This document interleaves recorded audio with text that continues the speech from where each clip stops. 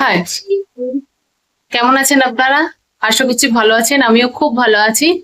আজকে evening duty আছে, তো ভাবলাম কিছু একটা বানানো যাক। কারণ সত্যি বলতে হয়তো এখান থেকে খেয়ে গেলেও বিকেলের দিকে খুব খিদে পেয়ে যায়। সেই কারণে কিছু একটা বানানোর চেষ্টা করব। আমার কাছে দুটো ব্রেড আছে, সেটা দিয়ে কিছু একটা বানাবো।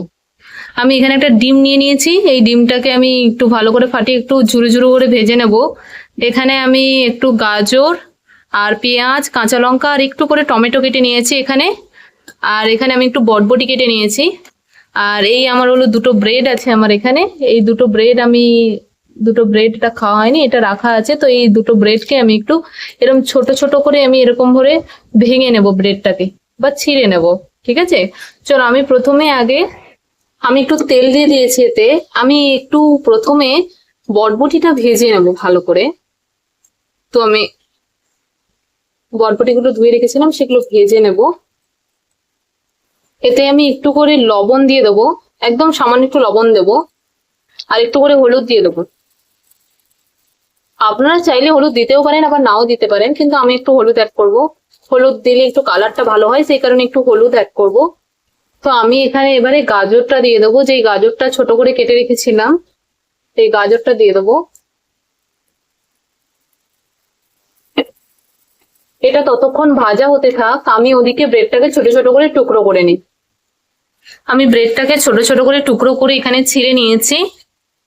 দেখুন, এইভাবে ছোট ছোট করে টুকরো করে নেবেন। এখানে আমি ডিমটা ততক্ষণ ফাটিয়ে নেবো লবণ দিয়ে আর হলুদ দিয়ে। আর একটু সামান্য লঙ্কার গুঁড়োও দিয়েছি, আমি লবণ হলুদ আর একটু লঙ্কার গুঁড়ো দিয়েছি, যাতে একটু ডিমটা একটু ঝাল ঝাল হয়। তো এটাকে আমি ভালো করে ফাটিয়ে নেবো। এখানে আমার গাজর আর বরবটিটা প্রায় ভাজা হয়ে গেছে, তো এটা আমি তুলে রেখে দেবো। তো আমি এতে একটু তেল দিয়ে দিলাম, আমি এবারে এতে ডিমটা ভেজে নেবো ভালো করে। এই ডিমটা আমি লবণ আর হলুদ দিয়ে একটু লঙ্কার গুঁড়ো দিয়ে করে রেখেছিলাম, সেটা একটু ভেজে নেবো ভালো করে।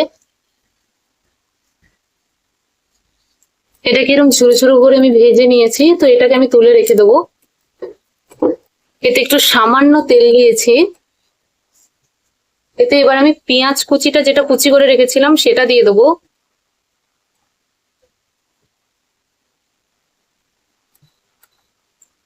আর যে কাঁচা লঙ্কাটা কুচি করে রেখেছিলাম, পেঁয়াজ কাঁচা লঙ্কা আর একটু টমেটো যেটা কুচি করে রেখেছিলাম, ওটাও দিয়ে দেবো। আমি টমেটো, পেঁয়াজ, কাঁচা লঙ্কা সবকটা দিয়ে দিয়েছি। এটা একটু ভালো ভালো ফ্রাই করে নেবো, ভালো করে আমি ফ্রাই করে নেবো এটা। এটা আমি কিছুক্ষণ ফ্রাই করে নেবো।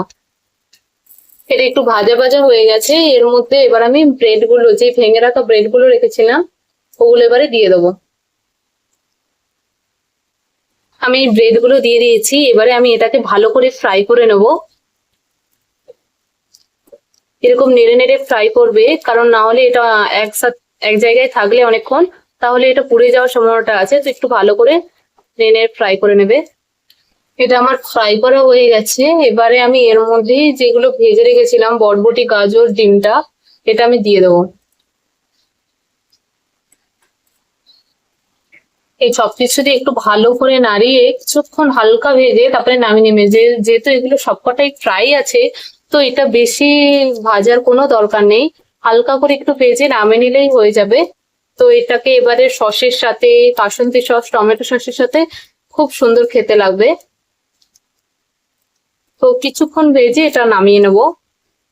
এটা আমার ভাজা হয়ে গেছে, এবার আমি ইন্ডাকশনটা বন্ধ করে দেবো।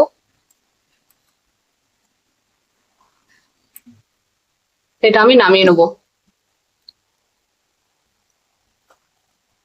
এটা কিছুক্ষণ ঠান্ডা হলে আমি বক্সে ভরে নেব। তো এটা আমি বক্সে ভরে নিয়েছি। এটা আপনারা মর্নিং এ ব্রেকফাস্ট বা স্ন্যাক্সে খেতে পারেন। সো টাটা, বাই বাই, দেখা হচ্ছে পরের ভিডিওতে। ভালো থাকবেন, সুস্থ থাকবেন।